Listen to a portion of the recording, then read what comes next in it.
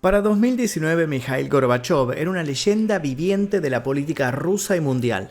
Tenía 88 años, pero se mantenía activo en su propia fundación y estaba pendiente de los entretelones del poder. Sus opiniones eran escuchadas por sus contemporáneos y destacadas por los medios. Ese año también fue portada de varios periódicos, cuando en diciembre debió ser ingresado en un hospital de Moscú. Él mismo reveló unos días después que se recuperaba de un cuadro de neumonía y agregó que la enfermedad había sido detectada a tiempo. Aquellas palabras tranquilizaron a sus seguidores, pero todos sabían que la salud del exmandatario soviético se estaba deteriorando. Sin ir más lejos, sus recientes apariciones públicas lo mostraban en una silla de ruedas. Aunque Mikhail todavía daba muestras de una lucidez que recordaba la de sus épocas de esplendor, sus problemas físicos pasarían a ser una constante. Pero no nos adelantemos. A lo largo de su historia, Rusia contó con líderes políticos que marcaron el rumbo no solo de la nación, sino del mundo.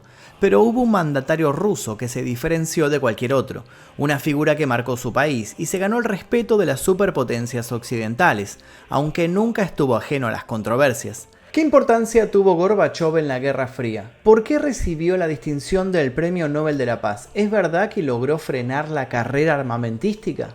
Bueno, responder todas estas preguntas nos va a llevar hasta el 30 de agosto de 2022, el día que murió Gorbachev. El origen de Mikhail Sergeyevich Gorbachev estuvo lejos de los ministerios y del ojo público. Nació el 2 de marzo de 1931 en Privolnoy, un pueblo perteneciente a Stavropol, en el sur de la Unión Soviética. Se crió dentro de una familia de campesinos ortodoxos. Al igual que sus vecinos y miles de ciudadanos, debía luchar día a día por sobrevivir. El niño, al que por entonces llamaban Misha, supo a muy temprana edad lo que era la política. Pasaba horas junto a su abuelo paterno, un comunista de la primera época, que era director de una granja colectiva. Ahí aprendió las responsabilidades que implicaba tomar las riendas de una comunidad. En la escuela Misha era uno de los alumnos más aplicados, pero no encajaba con los otros chicos. Prefería pasar el tiempo con adultos y los acompañaba cuando trabajaban en el campo. Misha estaba en contacto con el mundo real y pronto conocería su cara más devastadora. Su querido abuelo y sus abuelos maternos fueron arrestados durante las purgas de Stalin y llevados a gulags. Así fue como desarrolló un rechazo por el entonces líder comunista. Pero el pequeño iba a vivir más situaciones dolorosas. Tenía 8 años cuando comenzó la Segunda Guerra Mundial. A los pocos meses su pueblo fue ocupado por el ejército alemán. Él, su familia y todos los lugareños padecieron la violencia y la hambruna. Pese a todo, Misha resistió y fue más y más consciente de la importancia de la política. Aunque seguía renegando de Stalin, abrazaba los postulados del comunismo. Siendo adolescente se incorporó al Komsomol, la Unión Comunista de la Juventud. Se trataba de la organización juvenil del Partido Comunista Soviético. Misha tampoco descuidó su vida personal. Siendo todavía muy joven, trabajó como ayudante de operador en una cosechadora de cereales de Privolnoy. Gracias a sus excelentes calificaciones en 1950, consiguió una beca para estudiar Derecho en la Universidad de Moscú, un logro poco común para un campesino. El inquieto muchacho también pudo compaginar sus deberes universitarios con la militancia. En 1952 fue admitido en el Partido Comunista. En las reuniones demostró su devoción por los ideales y también por su sentido del humanismo. Durante uno de esos encuentros, sus camaradas comenzaron a atacar a un participante judío. Misha se levantó para dirigirse al principal instigador y le dijo que era un cobarde animal. Desde ese momento nadie más hostigó al muchacho. Aún siendo joven, Misha se había vuelto una figura respetada. También conservaba su espíritu crítico. La muerte de Stalin en 1953 lo afectó seriamente, pero supo que también significaba el fin de un régimen que se había llevado a sus abuelos y a tantos ciudadanos. 1953 también fue un año importante en el plano sentimental. Conoció a Raisa Maximovna Titarenko, una estudiante de filosofía.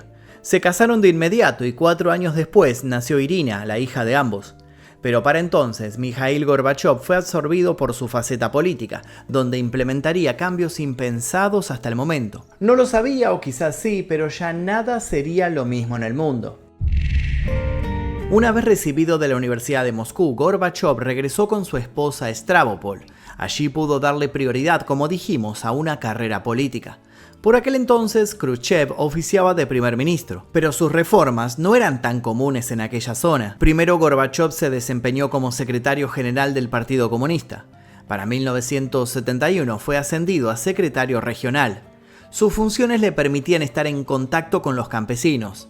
Al provenir del mismo ámbito, supo empatizar con ellos y atender sus necesidades. Gracias a su labor, Gorbachov y su familia disfrutaron de una calidad de vida superior a la media. Un privilegio en medio de una nación donde la pobreza seguía siendo moneda corriente. Por eso mismo, el secretario se negaba a conformarse. Todo empezó a cambiar en 1968, cuando Checoslovaquia fue escenario de la Primavera de Praga, una serie de reformas impulsadas por el gobierno de Alexander Dubček.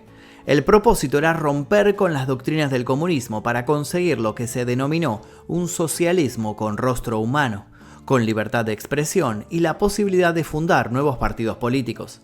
Aquellos cambios dividieron a Europa y provocaron la intervención militar con la Unión Soviética. Tiempo después, Gorbachov visitó la ciudad y, si bien compartió su interés en una reforma, aseguró que no la veía posible en su país. Aún así, la Primavera de Praga sembró una semilla en sí, una semilla que lo terminaría convirtiendo en un destacado líder. A principios de los 80, y gracias a su destacado trabajo en Stavropol, Gorbachov fue convocado a Moscú para sumarse al Politburó del Comité Central. Con 49 años, era el integrante más joven del mismo. Por esa época, la Unión Soviética atravesaba una de sus peores crisis. Atrás habían quedado los programas de alfabetización, el desarrollo de la carrera espacial y otros logros que la habían vuelto una superpotencia. Durante los años del secretario general del Comité Central del Partido Comunista, Leonid Ilich Brezhnev, la economía estaba deteriorada y gran parte de la población era pobre. Aquel fenómeno sería conocido como estancamiento brezhneviano. En el aspecto militar también había problemas. Las tropas no podían imponerse en la guerra contra Afganistán. Al mismo tiempo, la hegemonía comunista en Europa Oriental estaba perdiendo fuerza y la Guerra Fría entró en una etapa decisiva, con nuevas amenazas de ataques con bombas nucleares. La situación empeoró en 1982 con la muerte de Brezhnev. Su sucesor fue Yuri Andropov, que intentó algunas reformas para levantar la economía y la moral soviéticas. No llegó a cumplir sus promesas, padecía de una enfermedad que le provocó la muerte a solo 14 meses de haber asumido el mando. El poder quedó en manos así de Konstantin Chernenko, pero el hombre también vivía aquejado por una enfermedad y falleció en marzo de 1985. Aquella inestabilidad política mantuvo en vilo al mundo entero. Era necesario que apareciera un líder que pudiera encauzar la nación, y Gorbachov comenzó a ser visto como una luz de esperanza. Entre sus colegas soviéticos era respetado por su seriedad y compromiso, pero también empezó a llamar la atención de los mandatarios occidentales. Siendo parte de la delegación soviética, había visitado países como Canadá y el Reino Unido, donde demostró que era más accesible que cualquiera de sus compatriotas. Le causó, por ejemplo, una gran impresión a la primera ministra, Margaret Thatcher.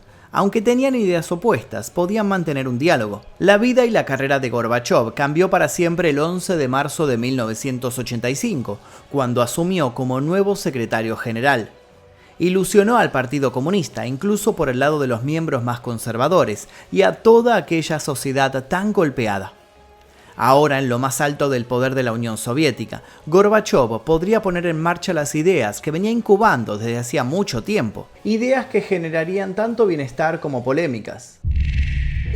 Apenas inició su rol de secretario general, Gorbachov se mostró distinto a la mayoría de sus antecesores. Lejos de permanecer en su oficina, se acercó a los ciudadanos para hablar con ellos y enterarse de primera mano de sus padecimientos. La gente confió de inmediato en él. Lo consideraban un hombre genuino. Siendo fiel a sí mismo en su trato con el pueblo, Gorbachov comprendió la magnitud de los problemas sociales. Como dijo más adelante en una entrevista, el pueblo debía soportar la burocracia y limitarse a servir al comunismo. Se dio cuenta de que para mejorar la situación del país era preciso hacer una serie de reformas. Como primera medida se encargó de hacer cambios en los altos cargos, dejando de lado a quienes tenían una visión más anticuada y convocando a gente más joven y de mente más abierta. Aunque sus primeros pasos como secretario general despertaron la simpatía de muchos, pronto se confirmó que también podía ser una personalidad controvertida. Una de sus decisiones más cuestionadas fue la implementación de una reforma para luchar contra la venta de alcohol. Se aplicaron multas y prohibiciones que alcanzaron niveles cuestionables e irrisorios, como la censura de escenas de películas donde los personajes consumieran bebidas alcohólicas. A poco de llegar al poder, la figura de Gorbachov se imponía en la Unión Soviética. Sin embargo, todavía le faltaba llevar adelante reformas extremas. La más urgente sería clave para acelerar el desarrollo socioeconómico y mejorar la situación de un pueblo que seguía sufriendo. Así surgió la perestroika, que podría traducirse como reestructuración. Se trataba de una reforma tanto política como económica. Desde su puesta en práctica en abril de 1985, descentralizó la economía y permitió que los gobiernos regionales pudieran motorizar privatizaciones. Por otro lado, le abrió las puertas a otros partidos políticos, aun cuando fueran antagónicos al régimen comunista. El pueblo gozaba de libertades democráticas y ya no padecía la corrupción que había instaurado la vieja guardia. La intención de Gorbachov con la perestroika consistía en abandonar los modos más duros del comunismo en favor de una impronta socialista. Pero eso no era todo. Hecho esto, estaba listo para implementar otra reforma radical. A la par de la perestroika, Gorbachov puso en marcha una reforma igual de relevante, la Glasnost, que puede traducirse como apertura o transparencia. Se había usado durante el Imperio Ruso para permitir la presencia del público y de la prensa en los juicios. En esta oportunidad sirvió para reajustar no solo la política de la Unión Soviética, sino su cultura. Gracias a la Glasnost pudieron ser liberados los disidentes del Partido Comunista, incluyendo científicos e intelectuales. Por otra parte, la nación volvió a tener una cultura vibrante, ya que no había más censura. Artistas plásticos, escritores, actores, todos tenían libertad para expresarse. A su vez, el Estado ahora no podía controlar los medios de comunicación. Era indudable que tanto la Glasnost como la perestroika estaban cambiando la Unión Soviética, pero estos cambios comenzaron a mostrar sus fallas. El 26 de abril de 1986 explotó el reactor 4 de la central atómica de Chernóbil. Según recordaría más tarde Gorbachov, su ministro de Energía y Electricidad le indicó inicialmente que no sería necesario tomar medidas especiales ni evacuar a la población. Sin embargo, enseguida comprendieron que el desastre era de proporciones monstruosas debido a la radiación. El accidente fue reconocido 2 días después, aunque no fue comunicado a la población hasta el 14 de mayo. Para ese entonces las tropas habían evacuado las zonas aledañas. También en esos días los ciudadanos se enteraron de la tragedia por los medios internacionales. Recién ahí descubrieron que el accidente había conmocionado al mundo y ellos no estaban enterados. Aunque Gorbachov pasó a ser visto de reojo por los ciudadanos, aún contaba con ciertos créditos, sobre todo para las relaciones internacionales. Consciente de esto, fue en ese ámbito donde focalizó sus últimos esfuerzos. A pesar de las nuevas tensiones dentro de la Unión Soviética, Gorbachov era cada vez mejor visto en el resto del mundo. Lo demostró al asistir a la Cumbre de Ginebra en 1985, donde coincidió con el presidente de Estados Unidos, Ronald Reagan. Años atrás Reagan se había referido a la Unión Soviética como el imperio del mal y estaba listo para autorizar el lanzamiento de misiles en un caso extremo. Pero tenía buenas referencias de su flamante colega. Al principio el mandatario estadounidense dio muestras de su aversión al comunismo y Gorbachov le explicó su punto de vista. Las diferencias eran evidentes, pero lograron entenderse.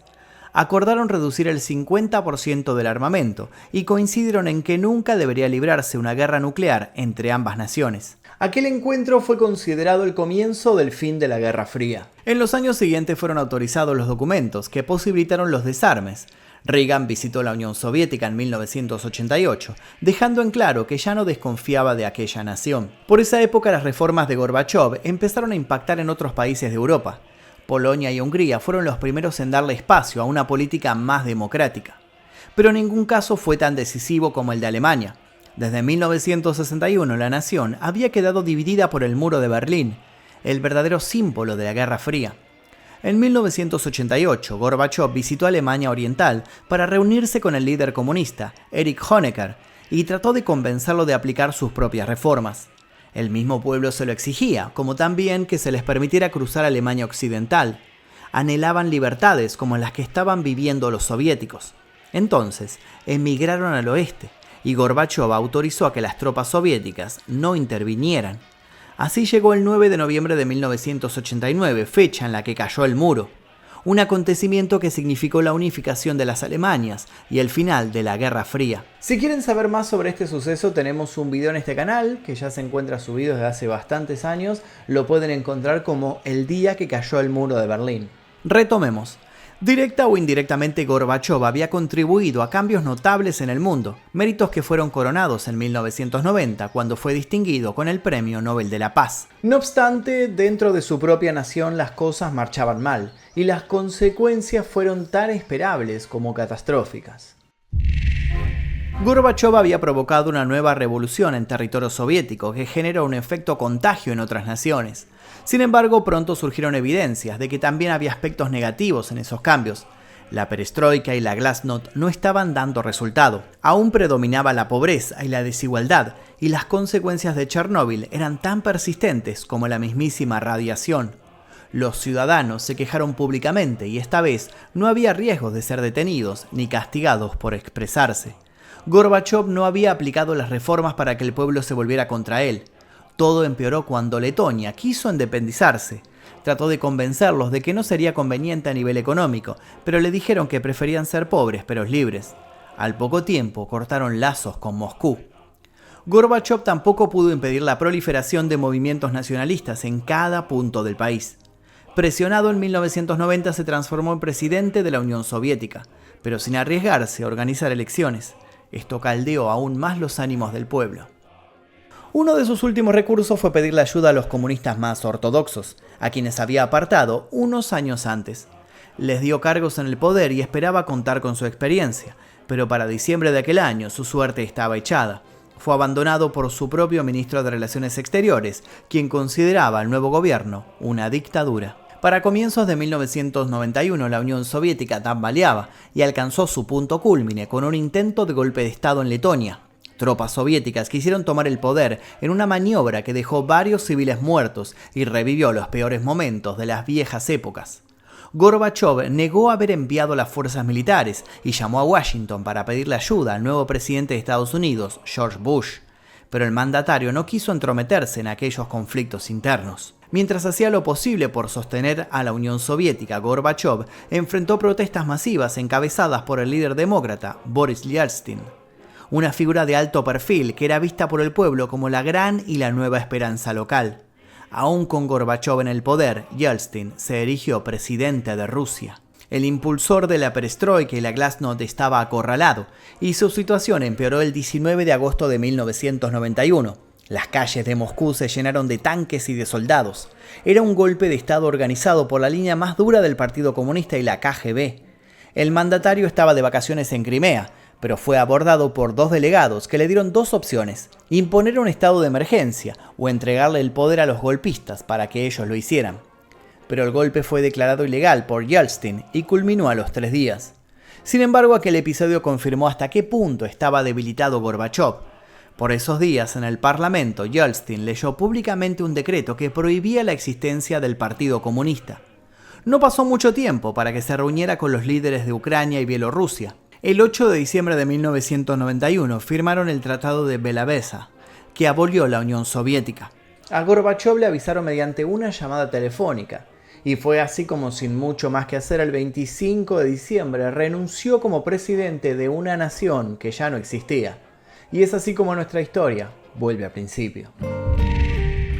Luego de 6 años al frente de la Unión Soviética, Gorbachov no se alejó de la vida política. Fue el principal opositor de Yeltsin y su ideología liberal.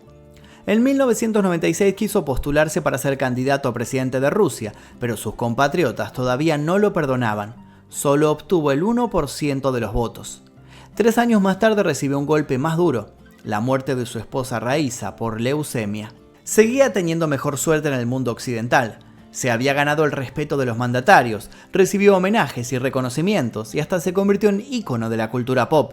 Apareció en películas y avisos publicitarios y hasta inspiró una canción bailable del grupo Loco Mía. También creó la Fundación Gorbachov, un organismo sin fines de lucro con sede en San Francisco, California. No obstante, Gorbachov era incapaz de despegarse de la política. Se volvió cercano a los presidentes demócratas de Estados Unidos, como Barack Obama, pero nunca temió criticar a las acciones belicistas de los republicanos. Por el lado de Rusia, terminó revalorizando a Yeltsin, que murió en 2007, y miró de reojo a la siguiente gran figura de la política del país, Vladimir Putin. Para 2019, Gorbachov se las arreglaba para mantenerse vigente, pero su salud comenzó a claudicar. A partir del 2020 había entrado en un deterioro lento pero constante. Nunca trascendieron detalles de la enfermedad, aunque se supo que era grave. Como consecuencia, debió permanecer bajo la supervisión de médicos, pero quiso seguir con su rutina. Aún así, el panorama político también era motivo de tormentos. La invasión rusa a Ucrania lo había indignado. A través de su fundación transmitió un mensaje en favor de un alto en fuego y una inmediata negociación de paz. Pero nunca llegaría a conocer el desarrollo del conflicto. Su estado empeoró y debió ser llevado al Hospital Clínico Central de Moscú. Allí murió el 30 de agosto de 2022, a los 91 años. La noticia conmocionó al mundo. Fue llorado por líderes occidentales que congeniaban con su visión, pero también por compatriotas que se hallaban en la vereda de enfrente, como Putin. Algunos medios rusos dieron muestras de frialdad, aunque nadie pudo ignorar la importancia de su legado. Mikhail Gorbachov aún genera distintas opiniones. Para muchos fue el líder que le dio aire fresco a su país, el artífice del fin de la Guerra Fría, el visionario que terminó con las divisiones. Para otros, se trató de un individuo que no supo gobernar, que tomó malas decisiones y que no fue capaz de manejar las reformas que había implementado. Incluso sus devotos lo consideran el principal responsable de la caída de la Unión Soviética. Pese a todo, es indudable que su incursión en política no dejó a nadie indiferente. Para bien o para mal, depende a quién se le pregunte, queda claro que contribuyó a torcer la historia del mundo, para siempre.